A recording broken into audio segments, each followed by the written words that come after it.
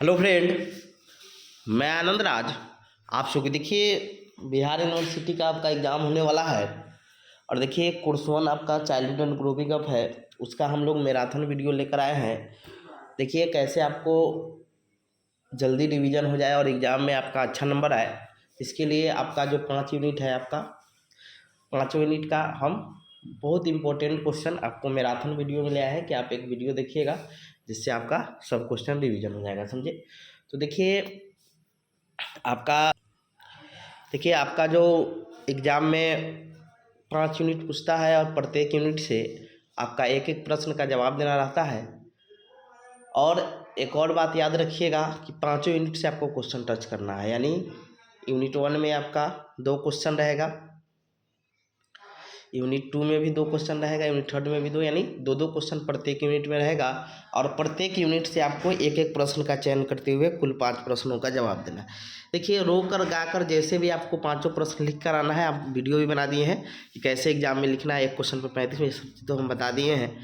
तो ये चीज़ ध्यान रखिएगा, आपको 5 क्वेश्चन लिख कर आना है, समझे। ऐसा नहीं कि 4 क्वेश्चन लिख के आना है, आपको कैसे भी करके 5 क्वेश्चन लिख कर आना है, समझे। तो देखिए, यूनिट 1 में आपका 2 तरह का क्वेश्चन आता है कि एक बाल्यावस्था आपका आएगा और एक मनोवैज्ञानिक के बारे में पूछता है, समझे। 3 मनोवैज्ञानिक के बारे में पढ़ना है, पियाजे, इरिक्सन और कोहलबर्ग। तो पियाजे तो पिछले साल पूछ दिया था, तो इस बार कोहलबर्ग और इरिक्सन आएगा, लेकिन बाल्यावस्था से क्वेश्चन आपका रहता है, समझे। और हम एक कोहलबर्ग करवा देते हैं, अभी भी आई है आपका कि कोहलबर्ग का, इरिक्सन का देख लीजिएगा, समझे। इरिक्सन का जो मनोसामाजिक विकास का सिद्धांत है, 8 जो अवस्था बताया है, तो देख लीजिएगा। कोहलबर्ग हम आपको बता देते हैं। उसके बाद बाल्यावस्था पढ़ के जाइए, बाल्यावस्था इसमें हम करवाएंगे आपको, समझे, कि बाल्यावस्था आपका रहेगा ही रहेगा, क्योंकि यूनिट 1 में एक क्वेश्चन बाल्यावस्था से, एक क्वेश्चन मनोवैज्ञानिक, आपका इरिक्सन, कोहलबर्ग, पियाजे। तो पियाजे पिछले बार पूछा था तो वो नहीं पूछ सकता है, लेकिन इरिक्सन और कोहलबर्ग में से आ सकता है। तो चलिए, पहला क्वेश्चन हम लोग करते हैं कोहलबर्ग के नैतिक विकास का सिद्धांत। तो देखिए, लॉरेंज कोहलबर्ग ने नैतिक विकास सिद्धांत दिया था। तो वही लिखा है कि लॉरेंज कोहलबर्ग एक प्रसिद्ध अमेरिकन मनोवैज्ञानिक थे, जिनका जन्म 1927 ईस्वी को अमेरिका के न्यूयॉर्क शहर में हुआ था। कोहलबर्ग ने जीन पियाजे के नैतिक मुद्दे के सिद्धांत से प्रभावित होकर कोहलबर्ग ने नैतिक न्याय पर अध्ययन करने का सोचा। देखिए, कोहलबर्ग से पहले जीन पियाजे नैतिक विकास पर भी वो अध्ययन किए हुए थे, यानी, लेकिन वो उनका संज्ञानात्मक सिद्धांत ज़्यादा फेमस हुआ।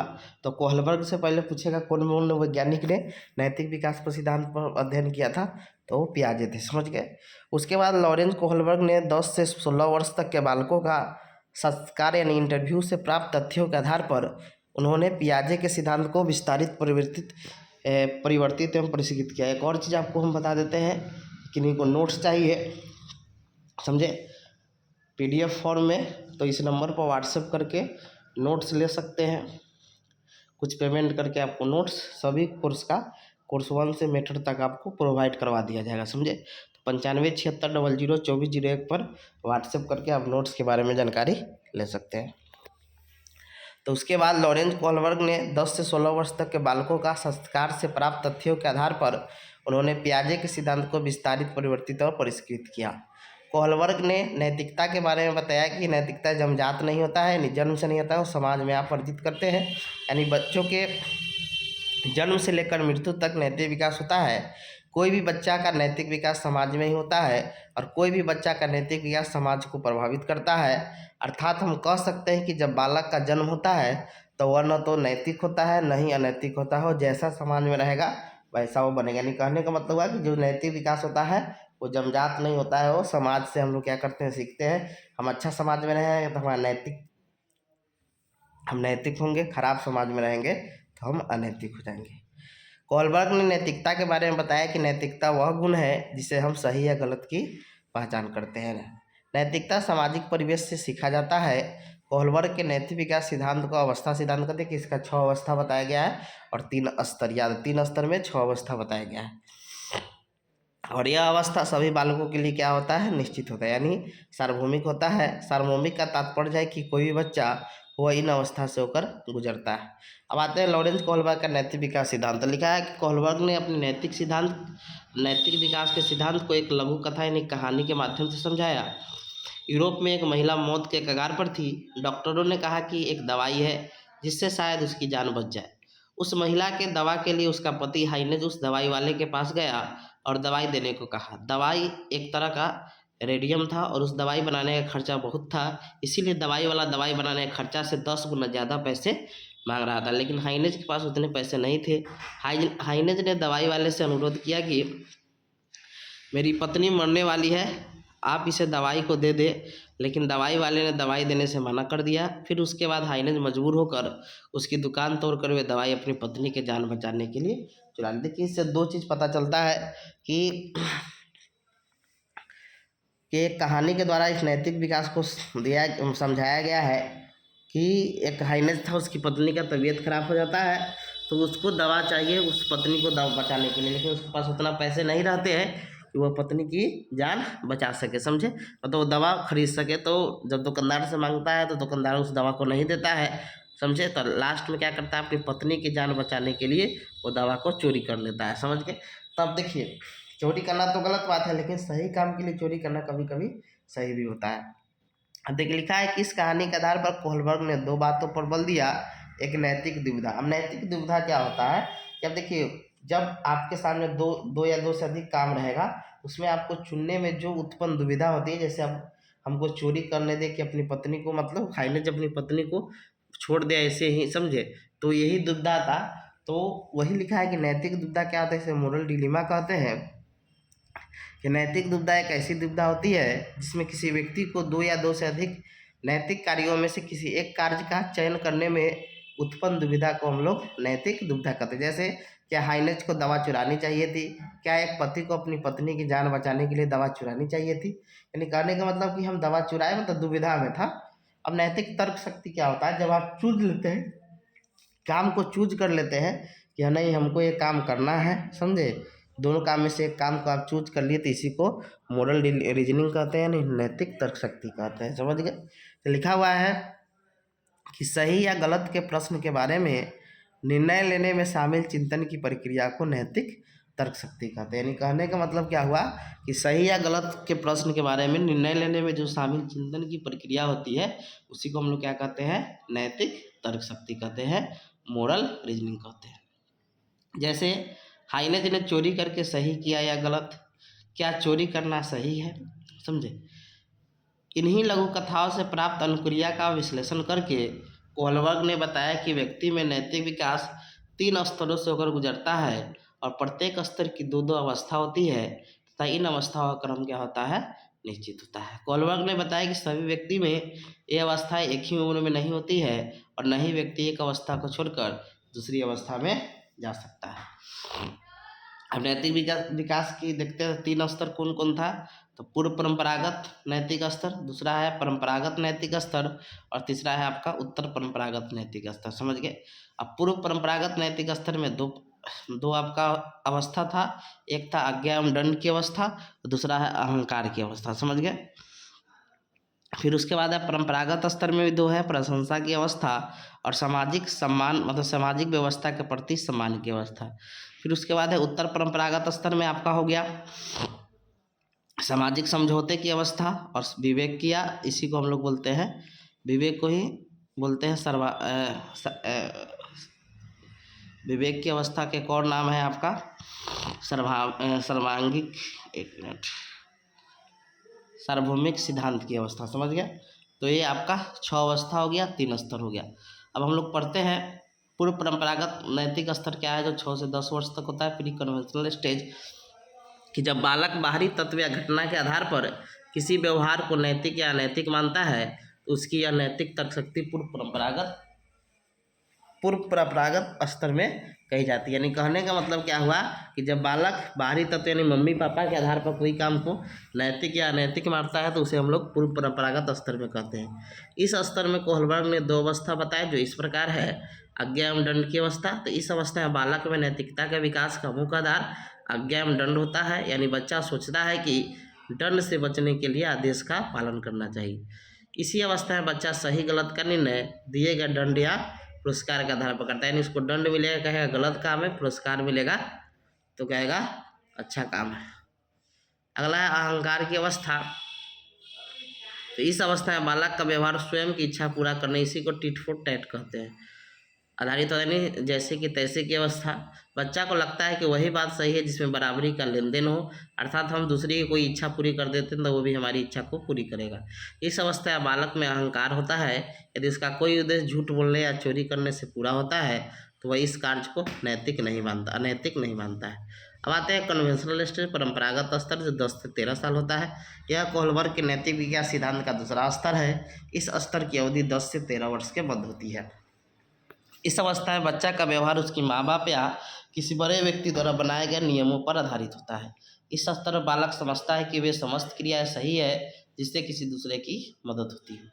इस स्तर पर भी कोहलबर्ग ने 2 अवस्था बताए, एक प्रशंसा की अवस्था, स्टेट ऑफ एप्रिसिएशन, लिखा है कि इस अवस्था में बच्चा वही क्रिया करना चाहता है जिससे उसकी प्रशंसा हो सके, यानी इसी को हम लोग कहते हैं अच्छा लड़का लड़की उन्मुख, यानी बालक उस व्यवहार को नैतिक मानता है जिससे उसकी प्रशंसा हो। इस अवस्था में बच्चे में चिंतन का स्वरूप समाज और उसके परिवेश से निर्धारित होता है। अगला है आपका सामाजिक व्यवस्था के प्रति सम्मान, इसी को कानून की अवस्था कहते हैं कि जो समाज में नियम कानून बना उसका सम्मान करना है। Stage of respect for social system, देखा इस अवस्था में बच्चे की नैतिक विकास सामाजिक आदेश, न्याय, कानून और कर्तव्यों पर आधारित होता है। यह अवस्था बालक के लिए अत्यंत महत्वपूर्ण अवस्था मानी जाती है क्योंकि इस अवस्था में प्रवेश से पहले बालक समाज को केवल प्रशंसा के लिए महत्व देता था। इस अवस्था में बच्चा पहुंचकर समझने लगता है कि सामाजिक नियमों के विरुद्ध प्रत्येक कार्य को अनैतिक मानता है। अब आते हैं पोस्ट कन्वेंशनल स्टेज, उत्तर परंपरागत स्तर, जो 13 वर्ष से ऊपर होता है। कि इस स्तर में बालक अपने परिवार, समाज और राष्ट्र के महत्व को प्राथमिकता देते हुए एक स्वीकृत व्यवस्था के अंतर्गत कार्य करता है। उत्तर परंपरागत स्तर की 2 अवस्था है, सामाजिक समझौते की अवस्था।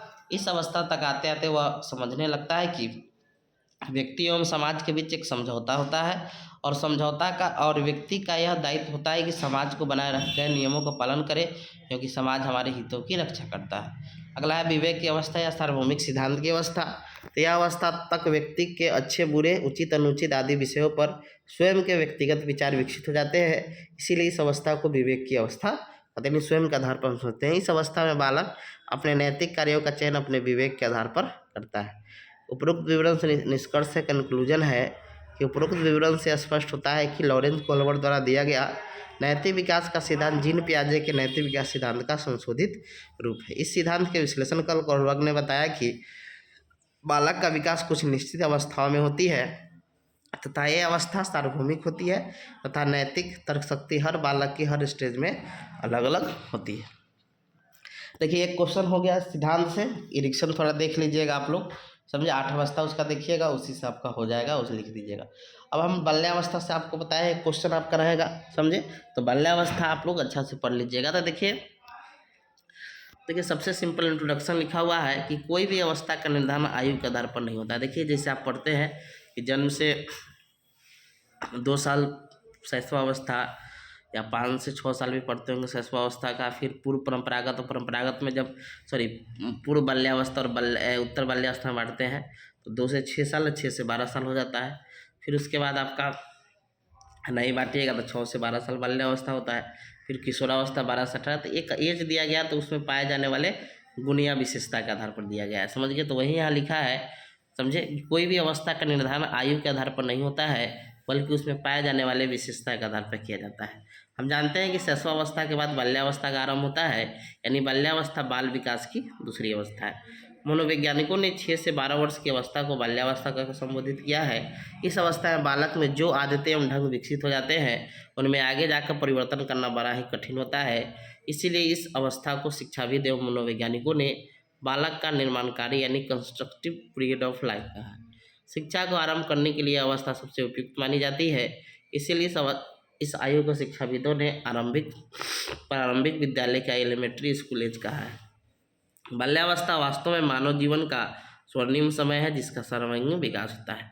अब इसका विभिन्न डिफिनीशन देखते हैं। तो मनोवैज्ञानिकों एवं शिक्षाविदों ने अपने तर्क और चिंतन के आधार पर बाल्यावस्था की निम्नलिखित परिभाषा दी है। रॉस के अनुसार कि बाल्यावस्था छद्म में झूठा परिपक्वता की अवस्था है, यानी बच्चा को लगता है कि हम परिपक्व हो गए लेकिन परिपक्व होता नहीं है। किलपैट्री के अनुसार कि बाल्यावस्था प्रतिद्वंदात्मक समाजीकरण की प्रक्रिया है। कॉल एवं बुश के अनुसार कि बाल्यावस्था जीवन का अनोखा काल है। कुप्पुस्वामी के अनुसार बाल्यावस्था में बालक में अनेक अनोखे परिवर्तन होते हैं। स्टैंग के अनुसार शायद कोई ऐसा खेल न हो जिसे 10 वर्ष का बालक बाल्यावस्था में नहीं खेलता। अब इसकी विशेषता देखते हैं। तो देखिए, शारीरिक और मानसिक विकास में स्थिरता यानी रुकावट आ जाता है। जितना तेजी से शिशुअवस्था में होता है, बाल्यावस्था में उसमें क्या आता है, स्थिरता आ जाती है, स्टेबिलिटी आ जाती है। तो लिखा है शारीरिक और मानसिक विकास की स्थिरता, लिखा है stability of physical and mental development. लिखा है 6 से 7 वर्ष की आयु के बाद बालक की शारीरिक और मानसिक विकास की गति धीमी पड़ जाती है। यह स्थिरता उसकी शारीरिक और मानसिक शक्तियों को दृढ़ता यानी मजबूती प्रदान करती है, जिसके फलस्वरूप उसका मस्तिष्क परिपक्व हो जाता है। रॉस ने बाल्यावस्था को मिथ्या परिपक्वता का काल बताते हुए लिखा है कि शारीरिक एवं मानसिक स्थिरता बाल्यावस्था की सबसे महत्वपूर्ण विशेषता है। अब आते हैं जिज्ञासा की प्रबलता, इंटेंसिटी ऑफ क्यूरियोसिटी। देखा, इस अवस्था में बालक के अंदर जिज्ञासा की प्रवृत्ति बड़ी प्रबल होती है, यानी बालक जिन वस्तुओं के संपर्क में आता हो उसके विषय में जानना चाहता है, जिसके लिए क्यों एवं कैसे जैसे प्रश्न पूछता है। अगला है संचय प्रवृत्ति, एक्विजिशन टेंडेंसी, मतलब जमा करने की प्रवृत्ति। इस अवस्था में बालक में संचय करने की प्रवृत्ति अधिक देखने को मिलता है। बालक विशेष रूप से पुराने स्टाम्प, खिलौने, गोलियां, दिया सलाई, एक खाली डिब्बे, तस्वीर, कपड़े के टुकड़े आदि संग्रह करता है। खेल की प्रधानता, इम्पोर्टेंसी ऑफ प्ले। इस अवस्था में बालक में खेलों के प्रति अत्यधिक रुचि दिखाई पड़ती है। इस अवस्था में बालक लुढ़कने, दौड़ने, छिपने, कुश्ती आदि खेलों को तथा लड़कियां गुड़ियों के खेल को अधिक पसंद करती है। आत्मनिर्भरता की भावना यानी फीलिंग ऑफ सेल्फ डेवलपमेंट, मतलब सेल्फ अपने पर। बाल्यावस्था में शिशुअवस्था की भांति बालक शारीरिक एवं अन्य दैनिक कार्यों के लिए दूसरे पर आश्रित नहीं रहता है। वह अपने व्यक्तिगत कार्य अर्थात नहाना, धोना, कपड़ा पहनना, भोजन करना, समय से स्कूल जाने की तैयारी करता है। आगे है स्वलिंगीय प्रेम। देखिए, बाल्यावस्था में बालक बालक से दोस्ती करना चाहता है, बालिका बालिका से, लेकिन किशोरावस्था में ये विपरीत लिंग के प्रति आकर्षण हो जाता है, लड़का लड़की से दोस्ती, लड़की लड़का से, समझे। तो वही स्वलिंगीय प्रेम आपका बाल्यावस्था में होता है। तो इस अवस्था में बालक में स्वलिंगीय प्रेम पाया जाता है, अर्थात बालक केवल बालकों से दोस्ती करना चाहता है, केवल और बालिका केवल बालिकाओं से दोस्ती करना चाहती है। इस अवस्था में विषमलिंगीय व्यक्ति के प्रति आकर्षण नहीं होता है। अब आते हैं हम लोग रचनात्मक प्रवृत्ति। तो इस अवस्था में बालक बालिकाओं में रचनात्मक प्रवृत्ति पाई जाती है। बालक इस अवस्था में मिट्टी, कंकर, पत्थर, कागज के टुकड़े से कुछ न कुछ क्या होते हैं, बनाते रहते हैं, समझ गए। तो देखिए, सिंपल आपका ये बाल्यावस्था हो गया। इसमें पूछ देगा कि इसमें विभिन्न आयाम बताइए, समझ गए। इसमें शारीरिक, मानसिक, संज्ञानात्मक विकास को बताइए, ऐसा पूछ देता है, समझे। तो बाल्यावस्था अच्छा से पढ़ के जाइएगा, समझ गए। या पूछ देगा कि बाल्यावस्था जीवन का अनोखा काल है, विशेषता। तो विशेषता जो है इसी को आपको बता देना है, समझ गए। यही विशेषता आपका हो गया। तो देखिए, इसके सामाजिक जो है आपका कि बाल्यावस्था पर सामाजिक, राजनीतिक, आर्थिक एवं सांस्कृतिक प्रभाव का वर्णन करें, या विभिन्न, इसी को हम विभिन्न आयाम भी कहते हैं कि बाल्यावस्था के कौन कौन आयाम है, समझे। तो इसको आपको बता देना है, समझ गए। तो ये सामाजिक प्रभाव जो है आपका, समझे कि बाल्यावस्था जैसा समाज में रहेगा उस पर क्या होगा, वैसा सामाजिक प्रभाव पड़ेगा, समझ गए। तो इसको आप देख लीजिएगा, समझे। मेन बाल्यावस्था आप लोग अच्छा से पढ़ लीजिएगा, ठीक है। अब हम लोग आते हैं कि 16 यूनिट 1 आपका कंप्लीट हो गया, समझ गए। इसको थोड़ा आप देख लीजिएगा कौन कौन इसमें होता है। जैसे मान लीजिए सामाजिक प्रभाव हो गया कि बच्चा जैसा समाज में रहेगा, समझे, क्योंकि जैसा समाज को देखेगा वैसा उस चीज़ को सीखेगा। तो ये आपका क्या हो गया, सामाजिक प्रभाव उसमें पड़ा। फिर उसका राजनीतिक प्रभाव कि समाज में भी क्या होता है, राजनीतिक होते रहता है, समझे। तो जैसा वो माहौल में रहेगा, उसका परिवार का माहौल राजनीतिक वाला रहेगा, तो जल्दी वो राजनीतिक प्रभाव उसमें देखने को मिले। फिर आर्थिक, यानी वही कमाने से संबंधित हो गया कि गाँव में बच्चा देखता है कि अपने बड़े लोगों को काम करते हुए, तो उनमें भी जिज्ञासा होती है कुछ काम करने के लिए। आर्थिक हो गया। फिर होगा सांस्कृतिक की, सांस्कृतिक तो जल्दी होता है, गांव वगैरह में हर चीज़ देखता है बच्चा, पूजा त्यौहार जो भी चीज़ हो रहा है तो उसमें सांस्कृतिक रहता है। ये चीज़ आप अपना लैंग्वेज में भी लिख सकते हैं। अब आते हैं हम लोग किशोरावस्था।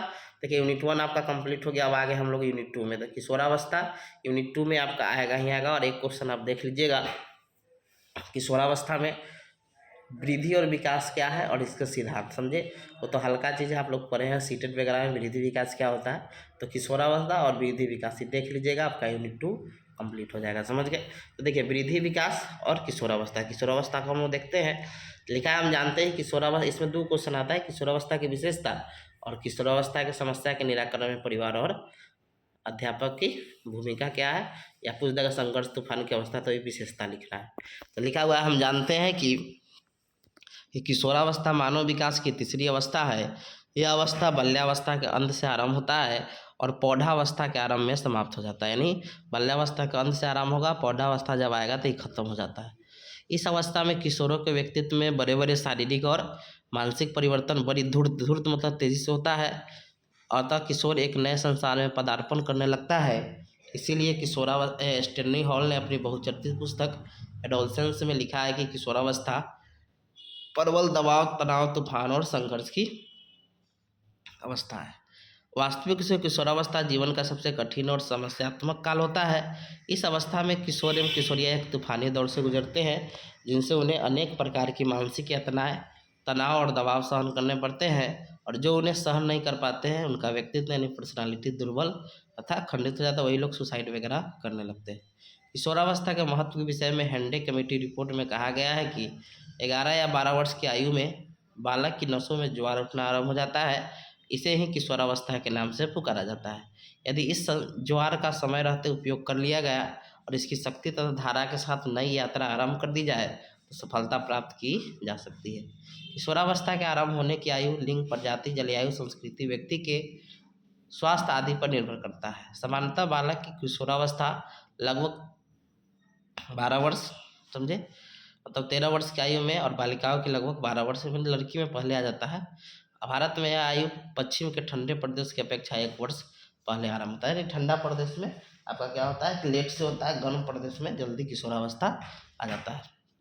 अब किशोरावस्था का अर्थ परिभाषा देखते हैं। तो किशोरावस्था अंग्रेजी भाषा के एडोलसेंस शब्द का हिंदी रूपांतरण है।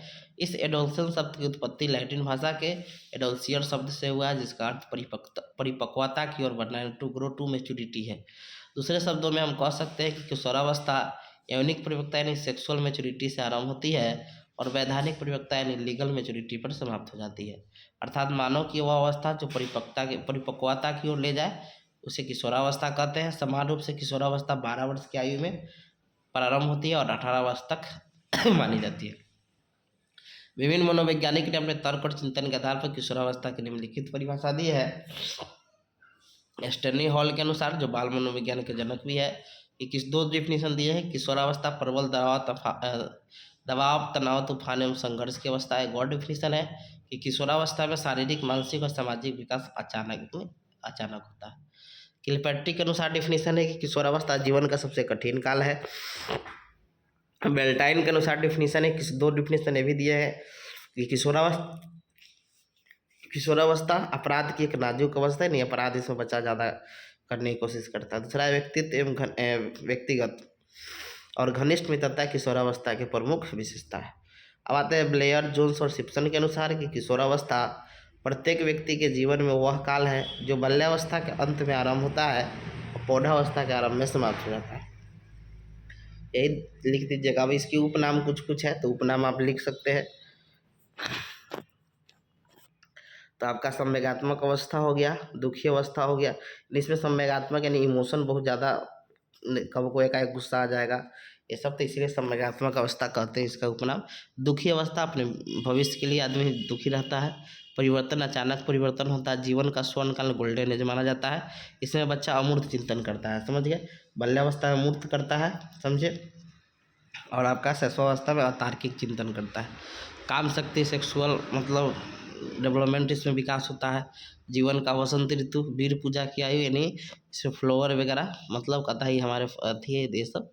वीर पूजा की आयु, धूर्त एवं तेजी, तीव्र विकास की अवस्था, उलझन की अवस्था, रुचियों में परिवर्तन, शैशवावस्था की पुनरावृत्ति। अब हम लोग आते हैं किशोरावस्था की विशेषता में। तो हम जानते हैं कि बाल विकास में किशोरावस्था का अत्यंत महत्वपूर्ण स्थान है।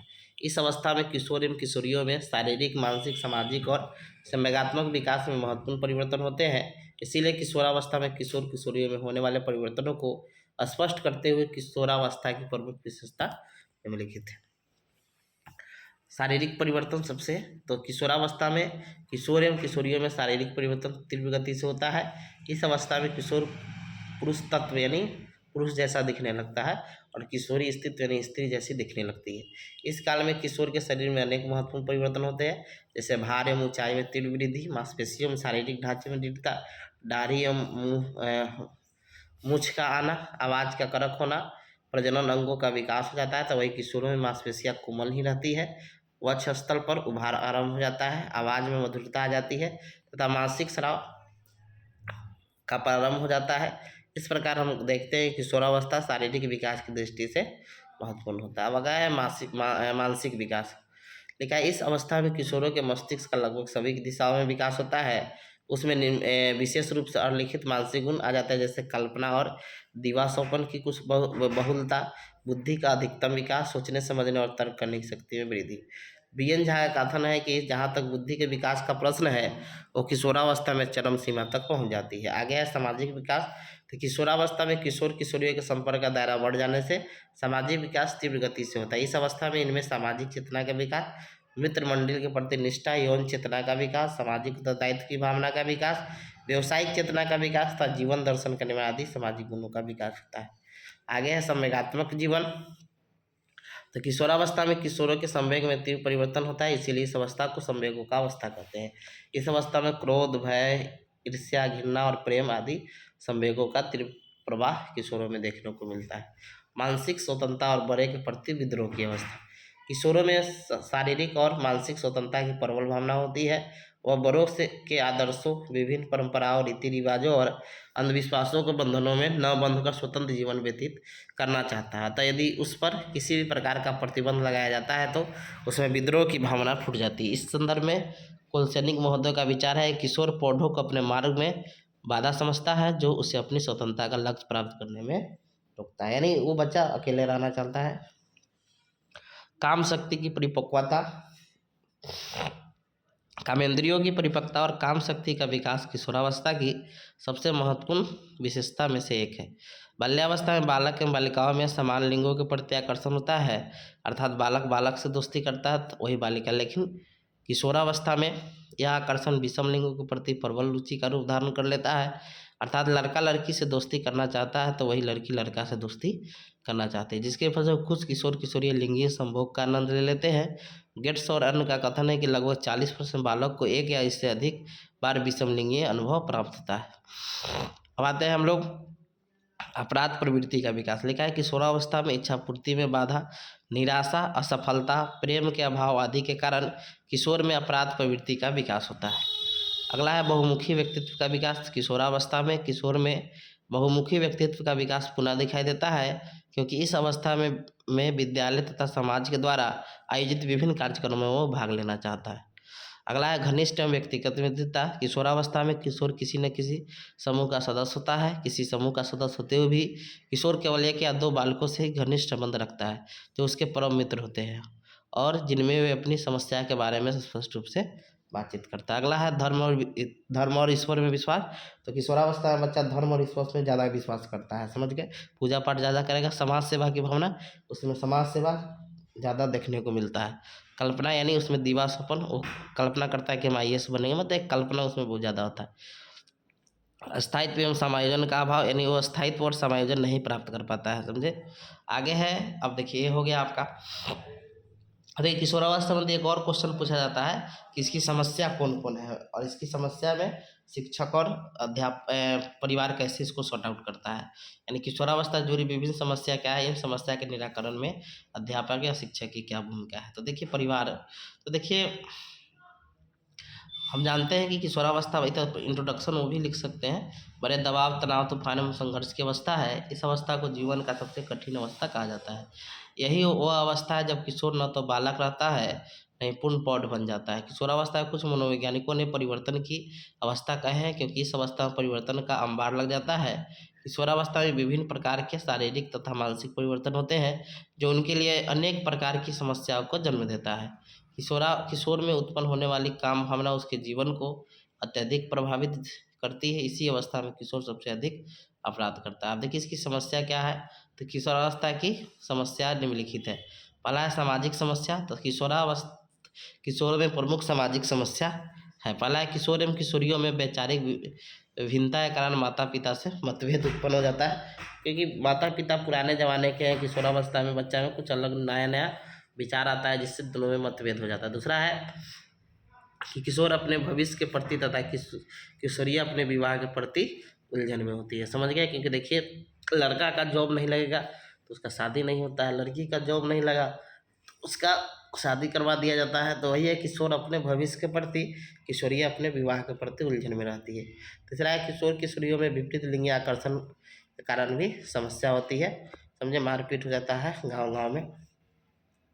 आगे है कि किशोरों में सामाजिक चेतना आ जाती है। ये समाज के साथ संपर्क तो बढ़ाना चाहता है पर समायोजन नहीं कर पाता है। अगला है स्वतंत्रता की समस्या। तो किशोरावस्था में किशोर माता पिता के बंधन में रहना नहीं चाहते हैं। यदि उन पर नियंत्रण लगाया जाता है तो वो विद्रोह करने में तैयार हो जाते हैं। कुलसेनी का कथन भी है, किशोर पौधों को अपने मार्ग की बाधा समझता है, जो उसे अपनी स्वतंत्रता का लक्ष्य प्राप्त करने में रोकता है। अगला है विषमलिंगीय कामुकता की समस्या। किशोरावस्था में किशोर किशोरियों अपने काम भावना की प्रवृत्ति की तृप्ति अपने से विपरीत लिंग वाले के साथ करते हैं। इतना ही नहीं, वे दूसरे के लिए संसार के बंधनों को तोड़ने के लिए तैयार रहते हैं, घर से भाग वगैरह जाते हैं। अतः यह अवस्था किशोर किशोरियों की बहुत नाजुक अवस्था होती है। आते हैं अब आत्मगौरव की समस्या। तो इस अवस्था में किशोर किशोरियों में आत्मगौरव की भावना प्रबल होती है, जिसके फलस्वरूप वे जहाँ भी होते हैं अपना सम्मान चाहते हैं। यदि उन्हें आत्मसम्मान न मिले तो वो संघर्ष और विद्रोह पर उतारू हो जाते हैं। वित्तीय समस्या। किशोरावस्था में किशोरों का खुद को अलग दिखाने की चाह अक्सर उनकी दैनिक खर्च में वृद्धि करता है। उनको जितने धन की आवश्यकता होती है माता पिता या अभिभावक द्वारा उतना धन नहीं दिया जाता है। व्यवसाय चयन की समस्या। किशोरावस्था में किशोर व्यवसाय चयन की समस्या में उलझन में पाया जाता है।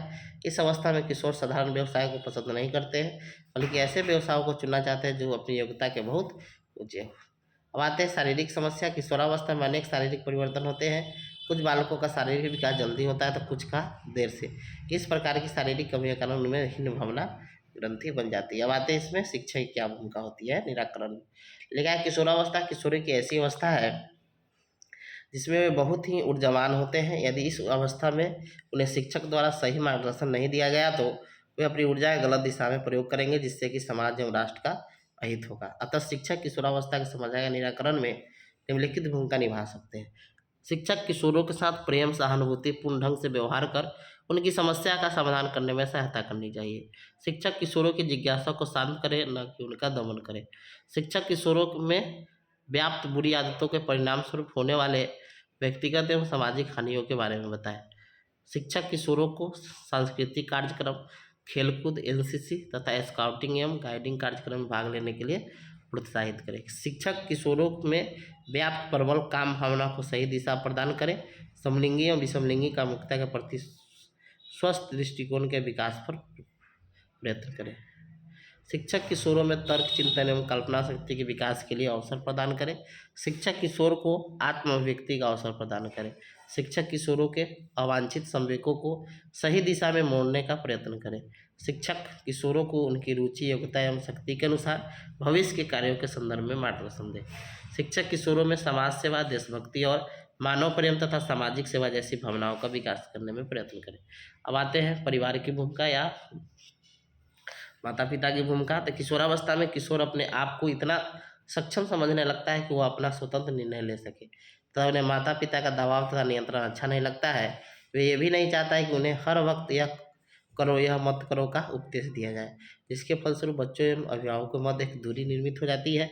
अतः अभिभावक को सोच समझकर सहानुभूतिपूर्वक उनसे व्यवहार करना चाहिए कि उन्हें बच्चों को अपनी स्वतंत्रता देना, मतलब कितनी स्वतंत्रता देना चाहिए अथवा कितना नियंत्रण रखना चाहिए। परिवार किशोरावस्था समस्या के निराकरण में निम्नलिखित भूमिका निभा सकता है। इस समय माता पिता का कर्तव्य बनता है कि वे अपने बच्चों के साथ सहानुभूति व्यवहार करें। माता पिता अपने बच्चों को समय दें और उनसे मितवत व्यवहार करें, जिससे वो अपनी समस्याओं का बता सके। माता पिता का बच्चों के प्रति संबंध आपसी प्रेम एवं आदर पर आधारित होना चाहिए। माता पिता अपने बच्चों को रुचि में ध्यान रखकर कार्य को सुपुर्द करें। माता पिता किशोरों पर अपना विचार न थोपे, बल्कि उनको स्वयं निर्णय लेने में स्वतंत्रता तथा आवश्यकता अनुसार मार्गदर्शन प्रदान करें।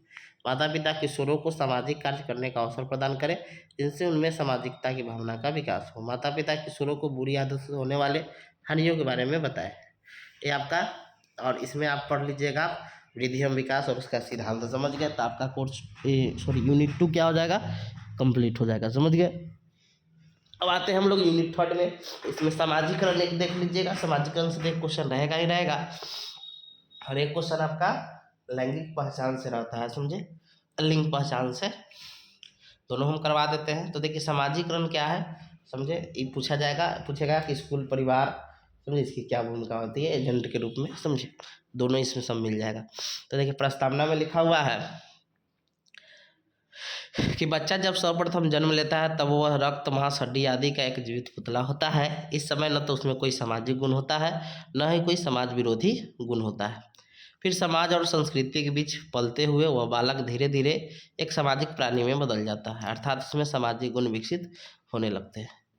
हम जानते हैं कि मनुष्य एक सामाजिक प्राणी है। बिना समाज के किसी भी व्यक्ति के सर्वांगीण विकास की कल्पना नहीं की जा सकती है। व्यक्ति सामाजिकरण के माध्यम से ही अपने व्यवहार, धर्म, संस्कृति, मानवीय मूल्य, नैतिकता इत्यादि को सीखता है। सामाजिकरण के महत्वपूर्ण घटकों में परिवार, समाज एवं समुदाय की महत्वपूर्ण भूमिका होती है।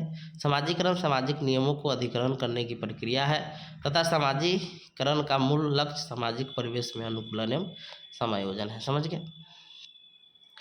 समाज समूह में रहने के लिए बच्चों को सामाजिक योग्यता मापदंड का सीखना ही सामाजिकरण की क्रिया है। यानी समाज में हम रह रहे हैं, सामाजिक नियमों को सीख लिए, यही क्या है, सामाजिकरण है, समझ गए। देखिए मैकाइवर तथा पेज ने लिखा है कि मनुष्य में मानव प्रकृति का विकास केवल तभी होगा जब वह एक समाज का क्या होगा, सदस्य होगा। अब इसका अर्थ देखते हैं। सामाजिकरण अंग्रेजी भाषा के सोशलाइजेशन शब्द का हिंदी रूपांतरण है। सामाजिकरण का स्पष्ट अर्थ है कि कोई भी व्यक्ति को सामाजिक प्राणी के रूप में विकसित करने की प्रक्रिया को जैविक प्राणी से आप सामाजिक प्राणी बना दिए, यही सामाजिकरण होता है। अर्थात सामाजिकरण सीखने की ऐसी प्रक्रिया है जिसमें व्यक्ति किसी समूह या समाज की सामाजिक एवं सांस्कृतिक विशेषता को जानता है, समझता है और ग्रहण करता है। इसका कुछ डिफिनीशन है। तो जॉनसन के अनुसार डिफिनीशन है कि सामाजिकरण वह सामाजिक अधिगम है जो सीखने वाले को समाज में रहने योग्य बनाता है। दूसरा है न्यूमियर के अनुसार कि व्यक्ति को सामाजिक प्राणी के रूप में विकसित होने की प्रक्रिया को सामाजिकरण कहते हैं। फिशर के अनुसार है कि सामाजिकरण वह प्रक्रिया है जिसके द्वारा व्यक्ति सामाजिक व्यवहारों को स्वीकार करता है, समझे। इसमें जो भी 2-3 आप डिफिनीशन एग्जाम में लिख सकते हैं। ग्रीन के अनुसार है कि सामाजिकरण वह प्रक्रिया जिसके द्वारा बच्चा सामाजिक विशेषता को अपने व्यक्तित्व में अपनाता है। अब आते हैं सामाजिकरण की विशेषता। तो लिखा हुआ है कि मानव का व्यक्तित्व जन्म से ही निर्धारित नहीं होता है, बल्कि मानव जब शिशु में जन्म होता है तो वह एक कोरे कागज के समान होता है। इस नवजात शिशु के पास न तो भाषा होती है, न ही उसमें विचार शक्ति और न ही कोई नियम तथा संस्कृति होता है। जन्म के समय बच्चा एक जैविकीय प्राणी के रूप में होता है। फिर वो बच्चा समाज में रहते हुए जैविकीय प्राणी से सामाजिक प्राणी में बदल जाता है, जो सामाजिकरण से ही संभव होता है। सामाजिकरण के निम्नलिखित हम पॉइंट्स बता देते हैं, समझे, आप उसको डील कर लीजिएगा। देखिए सामाजिकरण सीखने की प्रक्रिया। देखिए सामाजिकरण के द्वारा हम उस समाज के नियम, कानून, व्यवस्था, कैसे समाज चलता है, इस चीज़ को हम लोग सीखते हैं अपने आस पड़ोस, परिजन, परिवार से, समझ गए। दूसरा है सामाजिकरण जीवन भर चाहिए। सामाजिकरण आप जहाँ जाइएगा, मान लीजिए कोई बिहार का आदमी है, बुढ़ारी में चल गया दिल्ली वगैरह, तो वहाँ अलग समाज होगा, वहाँ पर वो चीज़ उस सामाजिक नियम को सीखेगा। तो वही सामाजिकरण क्या होता है कि जीवन भर चलने वाली प्रक्रिया है। अगला है संस्कृति को सीखने। हम सामाजिकरण के द्वारा अपने संस्कृति को क्या करते हैं, सीखते हैं। फिर है समय और स्थान की प्रक्रिया। देखिए सामाजिकरण जो होता है वो समय और स्थान के साथ क्या होता है, बदलते रहता है, समझे। जैसे लिखा है, समय और स्थान में परिवर्तन होने से भी सामाजिक मान्यताएं तथा मूल्यों में अंतर होता है। हम जानते हैं कि प्राचीन संस्कृति की मान्यताएं और वर्तमान समय की मान्यताएं में बहुत अंतर है। पहले लड़कियों को पढ़ना, नौकरी करना प्रतिबंध था, लेकिन वर्तमान समय सब प्रतिबंध नहीं है। अगला है व्यक्ति का व्यक्तित्व। देखिए सामाजिकरण के द्वारा आपका व्यक्तित्व का क्या होगा, विकास होगा। अगला है संस्कृति का हस्तांतरण, यानी सामाजिकरण के द्वारा ही संस्कृति क्या होता है, स्थानांतरण होता है, समझिए। अगला है, अब इसमें कौन कौन प्रमुख संस्था है, समझे, एजेंट है जो सामाजिकरण। तो सबसे पहला जो परिवार का आता है, समझ गए। तो सामाजिकरण करने वाली संस्था के रूप में परिवार प्रथम या प्राथमिक संस्था के रूप में जाना जाता है, समझ गए। एक कहावत प्रसिद्ध है कि माँ के दुलार और पिता के संरक्षण में रहते हुए बच्चा जो कुछ भी सीखता है उसकी अस्थायी पूंजी होती है। हम जानते हैं कि कोई भी बच्चा सबसे पहले अपने परिवार में जन्म लेता है और परिवार में रहकर वह माँ का दुलार और पिता के संरक्षण के मध्य रहते हुए खान पीन, रहन सहन, बोलना, चलना एवं अन्य सामाजिक व्यवहारों को सीखता है। हम ये भी जानते हैं कि समाज में प्रचलित आचार विचार, रीति रिवाज, प्रथाएं, परंपराएं, आदर्श आदि का ज्ञान परिवार में ही होता है। वह वही करता है जो उसमें माता पिता एवं परिवार के अन्य सदस्य करते हैं। इसीलिए परिवार समाजीकरण की प्रमुख संस्था है।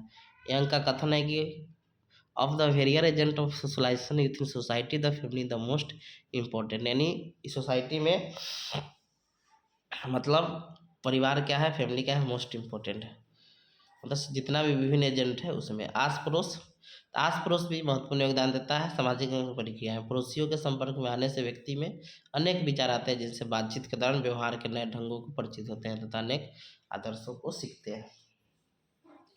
अब आया है स्कूल और विद्यालय। तो बच्चों के समाजीकरण में शिक्षण संस्थाएं अर्थात स्कूल, कॉलेज आदि समाजीकरण में महत्वपूर्ण भूमिका निभाती है। इन्हीं संस्थाओं में बच्चे की मानसिक क्षमताएं तथा सामाजिक क्षमताओं का विकास होता है। वह अज्ञान से ज्ञान की ओर बढ़ता है, अंधकार से प्रकाश की ओर। इन संस्थाओं के माध्यम से समाजीकरण होता है। शिक्षा संस्थाओं में बच्चों के लिए सामाजिक समझ स्थापित करने वाला क्षेत्र और विस्तृत हो जाता है, क्योंकि वहाँ पर वह अनेक प्रकार के बच्चों एवं व्यक्तियों के संपर्क में आता है। अब आता है खेल समूह। तो बच्चों के खेल समूह के माध्यम से भी सामाजिकरण की प्रक्रिया होती है। अब है धार्मिक संस्था। तो धर्म का प्रभाव भी व्यक्ति के सामाजिक पर पड़ता है। धार्मिक संस्था नरक और स्वर्ग का भय दिखाकर ये सब करते हैं, समझ गए। तो ये आपका क्या हुआ। अब हम लोग आते हैं लिंग पहचान में, जो यूनिट 3 का ही क्वेश्चन है। सामाजिकरण अच्छा से पढ़ लीजिएगा, समझिए। देखिए लिंग पहचान क्या होता है। विशेषकर हम लड़कियों के सेंस में लिंग पहचान हम लोग करते हैं, समझिए। लिंग में तो लड़का लड़की दोनों आता है, लेकिन लड़की के लिंग पहचान यह मतलब है। तो देखिए लिंग पहचान वह संप्रदाय है जो किसी पुरुष या महिला दोनों को बोध कराता है। देखिए लिंग सिंपल चीज़, लिंग का मतलब दोनों होता है। तो लिंग पहचान वह संप्रदाय है जो किसी को पुरुष या महिला होने का बोध कराता है। परंपरागत रूप से देखा जाए तो पुरुष और महिला दोनों लिंगों की पहचान उनके कार्यों के आधार पर नहीं, बहुत पहले परंपरागत मतलब बहुत पहले से ही चला आया है कि लड़की का काम क्या होता है, घर में के अंदर का काम, लड़का के घर से बाहर काम। तो वही लिखा हुआ है कि परंपरागत रूप से देखा जाए तो पुरुष और महिला दोनों लिंगों की पहचान उनके कार्यों के आधार पर होती है। महिला लिंग की पहचान एक घर चलाने एवं संभालने वाली, ममता, माई माता और सभी का ध्यान रखने वाली, अपने बच्चों को जन्म देने वाली तथा उनका पालन पोषण करने वाली एक माता के रूप में तथा पत्नी के रूप में अपने पति की अर्धांगिनी बनकर उनकी समस्याओं जिम्मेदारियों में सहयोग प्रदान करने वाली के रूप में। तो वही पुरुष लिंग की पहचान घर की दायित्वों को पूरा करने वाला, अपनी पत्नी की सम्मान करने वाला, बच्चों की शिक्षा दीक्षा पर ध्यान देने वाला, उनकी आवश्यकता को पूरा करने वाला, अपने परिवार को अत्यधिक से अधिक सुख सुविधा प्रदान करने वाला, पत्नी के घरेलू कार्य में सहयोग प्रदान करने वाला और एक पुत्र के रूप में अपने माता पिता का वृद्धावस्था में ध्यान रखने वाला तथा भाई के रूप में बहन की हर बुरे समय मदद करने वाला के रूप में होता है। अब आते हैं लिंग पहचान का अर्थ। लैंगिक पहचान का अर्थ है कि एक व्यक्ति की पुरुष अथवा महिला के रूप में पहचान की भावना से जो उसकी बनावट, व्यवहार और जीवन के अन्य पहलुओं के रूप में व्यक्त करता है। अर्थात हम कह सकते हैं कि ज़्यादातर समाज में स्त्री पुरुष का लैंगिक पहचान उनके सौंपे गए कार्यों में गुणों के आधार पर किया जाए। जैसे यदि कोई कठिन कार्य करना हो तो घर के सदस्य पुरुषों की सहायता लेते हैं तथा जब घर में खाना बनाना हो तो स्त्री से सहायता लिया जाता है। लैंगिक पहचान 2 या 3 वर्ष की आयु तक उभरती है तथा किशोरावस्था के दौरान जैविक एवं समाजशास्त्रीय कारकों से प्रभावित होती है। लेकिन लैंगिक पहचान, लिंग का पहचान जो होता है कि देखते हैं 2 साल 3 साल के बाद लड़की के लिए अलग कपड़ा, 3 साल के नीचे देखते हैं लड़का लड़की दोनों के लिए सेम ही कपड़ा होता है, लेकिन 3 साल बाद क्या होता है उसके लिए अलग कपड़ा, समझे। लड़की है तो कम बोलना, ये सब चीज़ हमारे परिवार से ही शुरू होता है। लैंगिक पहचान की आवश्यकता क्या है। तो घर तथा समाज में लैंगिक पहचान की आवश्यकता इसलिए पड़ती है ताकि दोनों ही लिंग के व्यक्ति अपनी अपनी जिम्मेदारियों को अच्छी तरह से समझ सके। परंपरागत रूप से पुरुष को आर्थिक शक्तियों के केंद्र बिंदु के रूप में ही पहचान प्राप्त है और महिला को घर एवं गृहस्थी को संभालने एवं बच्चों का लालन पालन का दायित्व दिया गया है। लेकिन वर्तमान समय में महिलाएं भी शिक्षित हो रही है, वो भी समाज में अपनी पहचान एक आर्थिक शक्ति के रूप में बनाना चाहती है तथा आत्मनिर्भर बनना चाहती है। आज समाज में तेजी से बढ़ती महंगाई के कारण भी एक व्यक्ति की कमाई से घर का खर्चा चलना मुश्किल हो गया है। तो वही पुरुष को वर्तमान समय में एक सहयोगी के रूप में पहचान बनाने की आवश्यकता है, जहाँ तक अपनी पत्नी के काम में सहयोग करे, साथ ही अपनी पत्नी का सम्मान करे। वह एक आदर्शवादी पिता के समान अपने बच्चों को निर्देशित करे तथा साथ ही अपने परिवार में प्रजातांत्रिक वातावरण निर्मित कर जिससे परिवार के अन्य सदस्यों की इच्छा का सम्मान हो सके। अर्थात वर्तमान समय में पुरुष को एक शासक के रूप में नहीं बल्कि एक सहयोगी के रूप में अपना पहचान बनाने की आवश्यकता है। अब महिला लिंग की पहचान क्या है? तो हम जानते हैं कि भारतीय समाज पुरुष प्रधान समाज है। आरंभ से लेकर अंत तक स्त्री का जीवन पुरुष पर ही निर्भर रहता है। जैसे बाल्यावस्था में पिता के संरक्षण में, विवाह के पश्चात पति के संरक्षण में और वृद्धावस्था में पुत्र के संरक्षण में जीवन व्यतीत करती है। उनकी अपनी एक अलग पहचान नहीं होती है और वह आज भी किसी की पुत्री, किसी की बहन, किसी की पत्नी या किसी की माँ के रूप में जानी जाती है। स्त्री को अपना खुद का पहचान बनाने के लिए जूझ रही है, क्योंकि भारतीय समाज में आरंभ से ही लड़कियों और लड़कियों में फर्क किया जाता है। जैसे लड़कों के जन्म पर अधिक खुशियाँ मनाई जाती है, तो वही लड़की पुत्रियाँ होने पर पश्चात भी पुत्र प्राप्ति के लिए प्रयत्न किए जाते हैं। लेकिन फिर भी वर्तमान समय में स्त्री अपना खुद का पहचान बना रही है। अब इसमें कौन कौन औपचारिक संस्था है? तो प्रत्येक समाज में लैंगिक पहचान के लिए कुछ औपचारिक एवं अनौपचारिक संगठन या संस्था कार्य करती है। औपचारिक संगठनों के अंतर्गत उन सभी संस्थाओं को सम्मिलित किया जाता है जो सरकारी नियम, सिद्धांत एवं संविधान के अनुसार कार्य करते हैं। उनमें हम सरकारी विद्यालय, सरकारी कार्यालय एवं सरकारी संस्था आदि को सम्मिलित कर सकते हैं। औपचारिक संस्थाएं में सरकार की भूमिका होती है। तो सरकारी विद्यालय तो लड़की के जेंडर पहचानने वाले विद्यालय की महत्वपूर्ण भूमिका होती है, क्योंकि विद्यालय में लड़की के लिए अलग काम निर्धारित की जाती है, अलग विषय तय किए जाते हैं। कला, गृह विज्ञान सिर्फ लड़की लोगों के लिए विषय है। विद्यालय के द्वारा ही लड़कियों के लिए अलग खेल की व्यवस्था करते हैं। सरकारी कार्यालय, लड़की के जेंडर पहचान निर्माण में सरकारी कार्यालय की महत्वपूर्ण भूमिका होती है, क्योंकि सरकारी कार्यालय के द्वारा ही लड़की के लिए अलग काम निर्धारित किए जाते हैं, अलग ड्रेस निर्धारित किए जाते हैं। ऐसे ही सरकारी कार्यालय लड़की की पहचान निर्माण में महत्वपूर्ण भूमिका निभाती है। सरकारी संस्था, तो वर्तमान समय में लड़की के जेंडर पहचान निर्माण में सरकारी संस्था अपना महत्वपूर्ण योगदान दे रही है, क्योंकि सरकारी संस्था वर्तमान समय में लड़कियों के रोजगार के अवसर बहुत ज़्यादा उपलब्ध करवा रहे हैं, जिससे लड़की का पहचान बन रहा है। अब लड़की के पहचान में अनौपचारिक संस्था की भूमिका, तो अनौपचारिक संस्था के अंतर्गत व्यक्तिगत संस्था, धार्मिक संस्था, समाज सुधारक, विज्ञापन, सिनेमा, विभिन्न प्रकार के उद्योग, पत्र पत्रिका आदि को सम्मिलित किया जाता है। तो व्यक्तिगत संस्था, तो हम जानते हैं कि बहुत सारे समाज में बहुत सारे व्यक्तिगत संस्था सक्रिय है जो लड़की के जेंडर पहचान निर्माण में महत्वपूर्ण भूमिका निभाते हैं। व्यक्तिगत संस्था लड़की के अलग काम, अलग नियम ETC की व्यवस्था करते हैं, जिससे लड़की की एक अलग पहचान मिलती है। धार्मिक संस्था, हम जानते हैं कि धर्म मानव की नैतिक, चारित्रिक, दैवान, कर्तव्यपरायण, विवेक संपन्न एवं उदार बनाना है। धार्मिक संस्था बालिका शिक्षा एवं स्त्रियों के समानता दिलाने के लिए कार्य करती है, जिससे लड़की के जेंडर पहचान मिलता है। ये आपका हो गया खत्म, यूनिट 3 खत्म हो गया, समझ गए। हम लोग यूनिट 4 में आएंगे, तो यूनिट 4 में आपका इंडिविजुअल डिफरेंस यानी व्यक्तिगत विभिन्नता बहुत इंपॉर्टेंट है आपका। इंडिविजुअल डिफरेंस समझ गए। व्यक्तिगत विभिन्नता क्या है आपका, बहुत इंपॉर्टेंट है और एग्जाम में पूछा जाता है हर साल। आपका यूनिट 4 का है और एक आपका धीमी गति सीखने वाले बालक बता देंगे, तो यूनिट 4 भी कंप्लीट हो जाएगा। तो देखिए लिखा है, हम जानते हैं कि व्यक्तिगत विभिन्नता प्रकृति का स्वाभाविक गुण है, यानी दुनिया का प्रत्येक व्यक्ति क्या होता है, व्यक्तिगत विभिन्नता के कारण एक दूसरे से भिन्न है।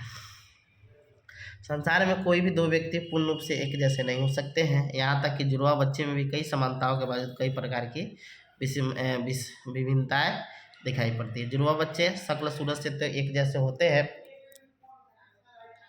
जुड़वा बच्चे शक्ल सूरत से तो हूबहू एक जैसे दिखाई देते हैं, किंतु उनमें स्वभाव, बुद्धि, शारीरिक, मानसिक क्षमता आदि में अंतर होता है। व्यक्तिगत विभिन्नता का आधार वंशानुक्रम तथा वातावरण से प्राप्त गुण है। सर्वप्रथम 19वीं शताब्दी में सर फ्रांसिस गाल्टन का ध्यान वंशानुक्रम का अध्ययन करते समय व्यक्तिगत विभिन्नता की ओर गया। उसके बाद 20वीं शताब्दी में इनका अध्ययन James Trevor, Tyler, kettle, Skinner आदि मनोवैज्ञानिकों द्वारा किया गया, जिसके परिणामस्वरूप शिक्षा क्षेत्र में भी इन अध्ययनों के आधार पर व्यक्तिगत विभिन्नता को जानकर शिक्षाविदों ने शिक्षा की योजना एवं प्रणालियों का निर्माण किया। व्यक्तिगत विभिन्नता मात्रात्मक, संख्यात्मक होती है, न कि गुणात्मक। अब आते हैं व्यक्तिगत विभिन्नता का अर्थ एवं परिभाषा। तो व्यक्तिगत विभिन्नता का अर्थ है कि दुनिया का प्रत्येक व्यक्ति एक दूसरे से भिन्न है, अर्थात वह व्यक्ति मानसिक, बौद्धिक, सामाजिक आदि गुणों से उससे भिन्न होता है। जुड़वा बच्चे में कई प्रकार की समानताओं के बावजूद उनमें कई प्रकार की विभिन्नताएं दिखाई पड़ती है, जैसे स्वभाव, बुद्धि, शारीरिक, मानसिक क्षमता आदि में अंतर जरूर होता है। भिन्न भिन्न व्यक्तियों में इस प्रकार की विभिन्नता को ही व्यक्तिगत विभिन्नता कहते हैं। अब इसका कुछ डिफिनीशन है। BF स्किनर के साथ व्यक्तिगत विभिन्नता के अंतर्गत व्यक्ति के वे समस्त पक्ष पहलू का जिसका मापन किया जा सके, समझ गए, जिसका मापन किया जा सकता है उसी चीज को हम क्या करते हैं, शामिल करते हैं। इसलिए मात्रात्मक होता है कौन, व्यक्तिगत विभिन्नता। टायलर के अनुसार डिफिनेशन है कि शरीर के अंग, रूप, आकार, रुचि, उपलब्धि आदि पक्षों की विभिन्नता को व्यक्तिगत विभिन्नता कहते हैं। अब आते हैं जेम्स ट्रेवर के अनुसार कि व्यक्तिगत विभिन्नता के अनुसार कोई व्यक्ति अपने समूह के शारीरिक तथा मानसिक गुणों के औसत से जितनी भिन्नता रखती है उसे व्यक्तिगत विभिन्नता कहते हैं। रेबर के अनुसार कि व्यक्तिगत विभिन्नता एक ऐसी मनोवैज्ञानिक घटना है जो उन विशेषताओं अथवा शील गुणों पर बल देती है जिनके आधार पर व्यक्तिगत जीव एक दूसरे से भिन्न होते हैं। अब इसका रूप है व्यक्तिगत विभिन्नता का, एक होता है अंतर व्यक्तिगत विभिन्नता, यानी इंट्रा, यानी अपने आप में जब होता है, जैसे हमारा बुद्धि, संवेग आदि क्या है, भिन्न है, तो लिखा है प्रत्येक व्यक्ति के अंदर जितने भी गुण होते हैं वो एक दूसरे से भिन्न होते हैं, इसी को अंतर व्यक्तिगत विभिन्नता का। जैसे एक व्यक्ति के अंदर शारीरिक गुण, मानसिक गुण, बुद्धि, अभिरुचि, ये सब क्या है, एक दूसरे से भिन्न है। अंतर व्यक्तिगत विभिन्नता में हम एक ही व्यक्ति में तुलना करते हैं। अब अंतर व्यक्ति इंटर इंडिविजुअल डिफरेंस, जब दो बालकों के मध्य जितने भी गुण होते हैं वे एक दूसरे से भिन्न होते हैं, इसी को अंतर व्यक्तिगत, इंग्लिश याद रखिएगा, इंटर इंडिविजुअल डिफरेंस, यानी दो व्यक्ति कोई भी दृष्टि से एक समान नहीं होते हैं, अर्थात दो व्यक्तियों में आपस में विभिन्नता पाई जाती है, इसे व्यक्तिगत विभिन्नता कहते हैं। अंतर व्यक्तिगत विभिन्नता दो बालकों के बीच किया जाता है। अब आते हैं व्यक्तिगत विभिन्नता को प्रभावित करने वाले कारक। तो पहला है आपका वंशानुक्रम। तो वंशानुक्रम में वे सभी जीन सम्मिलित होते हैं जो एक बालक को उनके माता पिता से गर्भधारण के समय प्राप्त होते हैं। वंशानुक्रम एक प्रकार की परंपरागत शक्ति है जिसके द्वारा माता पिता और पूर्वजों के गुण नवनिर्मित शिशु में हस्तांतरित होती है। इसमें शारीरिक एवं मानसिक दोनों प्रकार के गुणों का हस्तांतरण होता है। अब आता है वातावरण। वातावरण से तात्पर्य है कि व्यक्ति जिस प्रकार के सामाजिक वातावरण में निवास करता है वह उसी के अनुरूप उसका व्यवहार, रहन सहन, आचार विचार आदि होते हैं। अतः विभिन्न सामाजिक वातावरण में निवास करने वाले व्यक्तियों में विभिन्नता का होना स्वाभाविक है। जाति, प्रजाति, देश, तो एक देश में रहने वाले विभिन्न जातियों और प्रजातियों में अंतर होता है। जब जाति और एवं प्रजाति का अपना अपना रहन सहन होता है तो अपना वेशभूषा होता है, तो व्यक्तिगत विभिन्नता के कारण ही हमें विभिन्न देशों के व्यक्तियों को पहचानने में किसी प्रकार की कठिनाई नहीं होती है। इसका अंतर करने में वंशानुक्रम एवं पर्यावरण का महत्वपूर्ण योगदान होता है। अब आते हैं आयु एवं बुद्धि। लिखा है व्यक्तिगत विभिन्नता को प्रभावित करने वाले प्रमुख कारक आयु एवं बुद्धि है। आयु बढ़ने के साथ बालक का शारीरिक, मानसिक एवं संवेगात्मक विकास होता है, इसलिए विभिन्न आयु के बालकों में अंतर मिलता है। बुद्धि बालक के जन्मजात गुण होने के कारण बुद्धि के आधार पर भी किसी को प्रतिभाशाली और किसी को मूढ़ मानकर अंतर कर सकते हैं। अब आते हैं शिक्षा और आर्थिक दशा। शिक्षा व्यक्ति को शिष्ट, गंभीर, विचारशील बनाकर अशिक्षित व्यक्ति से उसे भिन्न कर देती है। आर्थिक दशा भी व्यक्तिगत विभिन्नता को प्रभावित करती है। निम्न आर्थिक दशा अर्थात गरीबी के कारण ही लोग चोरी, हत्या जैसे अपराध भी गलत नहीं मानते हैं, परंतु वे लोग उन व्यक्तियों को पूर्णतः भिन्न है जो उत्तम आर्थिक दशा के कारण प्रत्येक कुकर्म को अपराध समझते हैं। लिंग भेद, तो लिंग भेद के कारण ही बालक बालिकाओं की शारीरिक बनावट, संवेगात्मक विकास की कार्य क्षमता में अंतर होता है। बालिकाओं में स्मृति योग्यता अधिक तथा बालकों में शारीरिक कार्य करने की क्षमता अधिक होता है।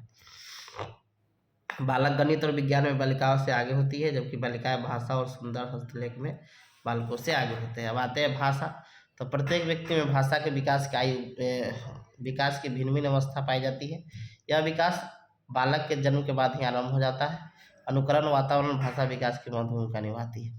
कोई बालक भाषा के माध्यम से अपने विचारों को व्यक्त करने में अधिक कुशल होता है, जबकि कुछ बालक इस मामले में उनसे कुशल नहीं होते हैं।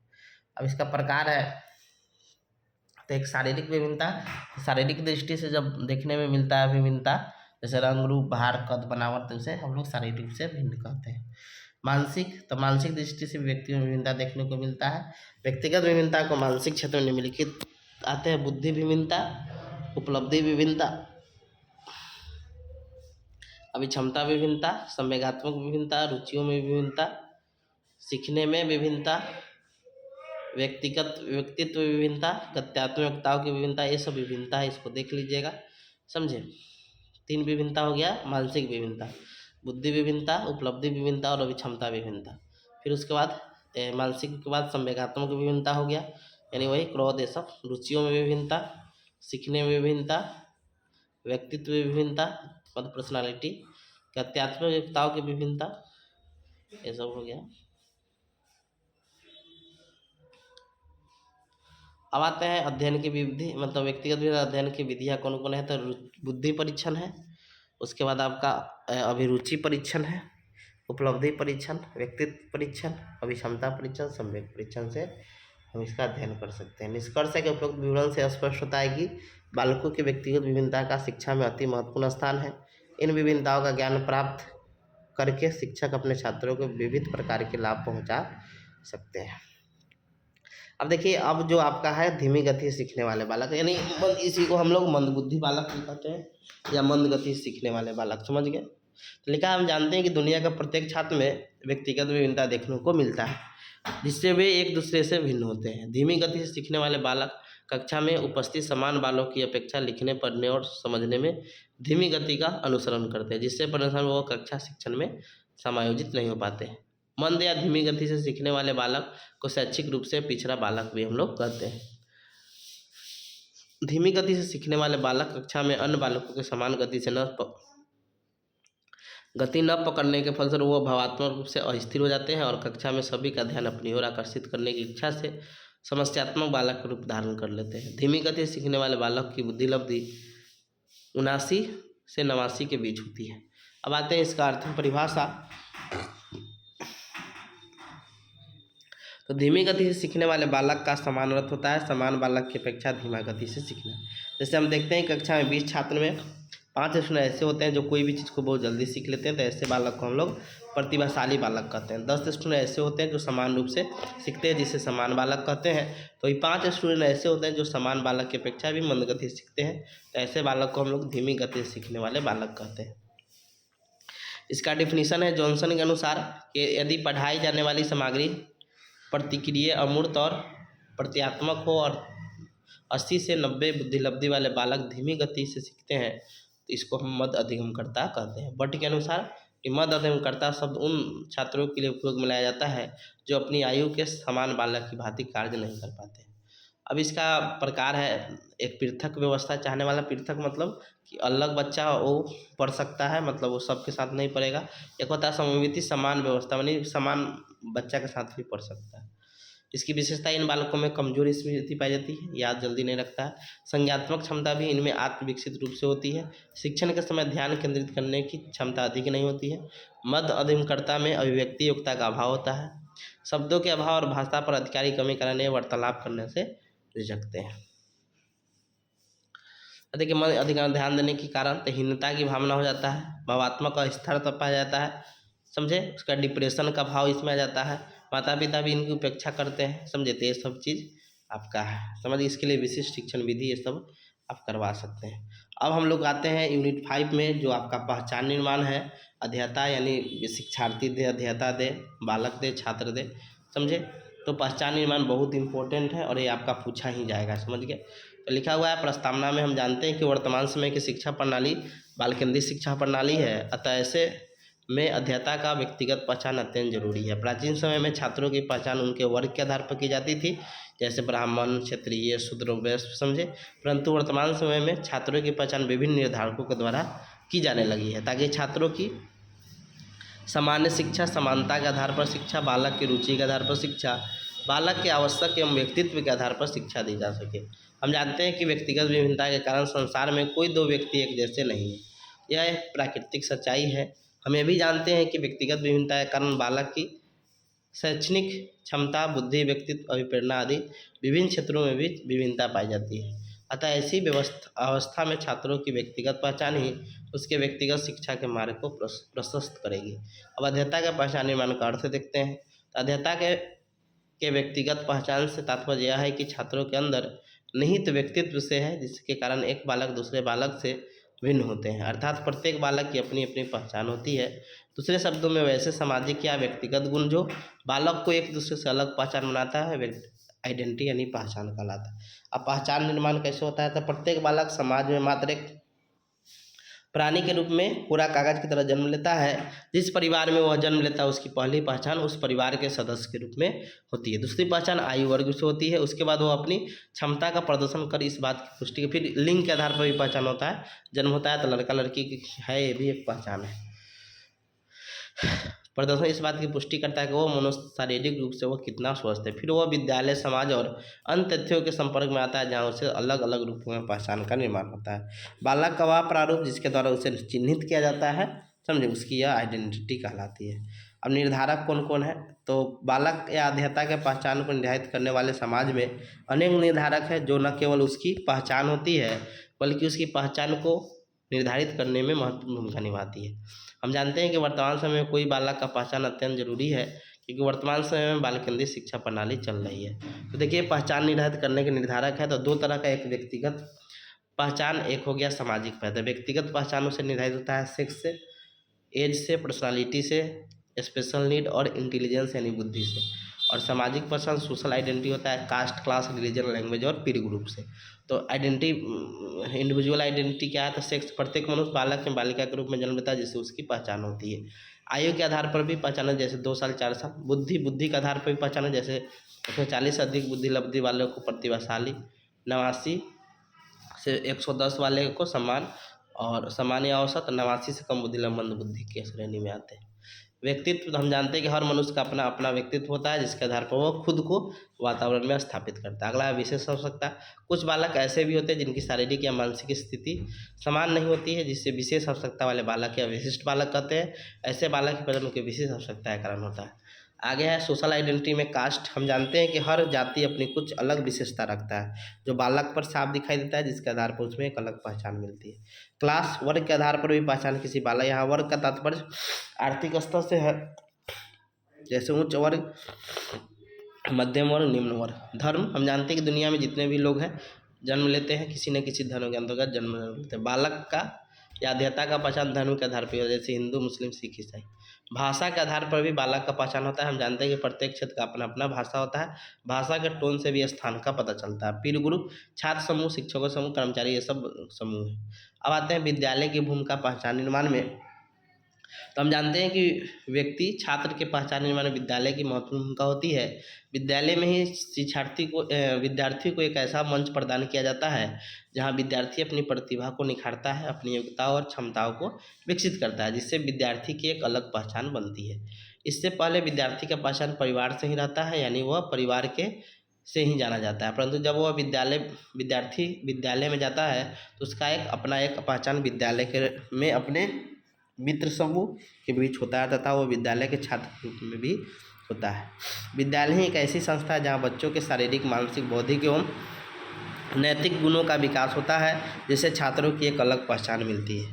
विद्यालय ही एक ऐसा उपवन है जिसमें एक शिक्षक माली की भूमिका में विद्यार्थी रूप रंग बिरंगे पुष्पों को अपनी ज्ञान धारा के द्वारा सुशोभित करते हैं और वे उपवन की शोभा बढ़ाने के साथ साथ अपने संपूर्ण पर्यावरण को निर्मल, पवित्र और जीवंत बनाते हैं। विद्यालय बालक के पहचान निर्माण में निम्न भूमिका निभाता है। विद्यार्थी अपने संवेगों पर नियंत्रण विद्यालय में निर्धारित वातावरण में करता है जिससे उसकी एक अलग पहचान विद्यालय में बनती है जो उसे दूसरे विद्यार्थियों से अलग पहचान बनाती है। जब बालक विद्यालय में जाता है तो उसमें नैतिक विकास, बौद्धिक विकास, विकास होता है जिससे विद्यालय उसकी एक अलग पहचान होती है। विद्यालय से ही विद्यार्थी में आदर्शों का विकास होता है जिससे एक अलग पहचान होती है। विद्यालय से ही विद्यार्थी एक निश्चित लक्ष्य की ओर अग्रसर होता है जिससे उसकी एक अलग पहचान होती है। विद्यार्थी के सामाजिक पहचान की जागृति के विकास में विद्यालय की महत्वपूर्ण भूमिका होती है जिससे उसकी एक अलग पहचान होती है।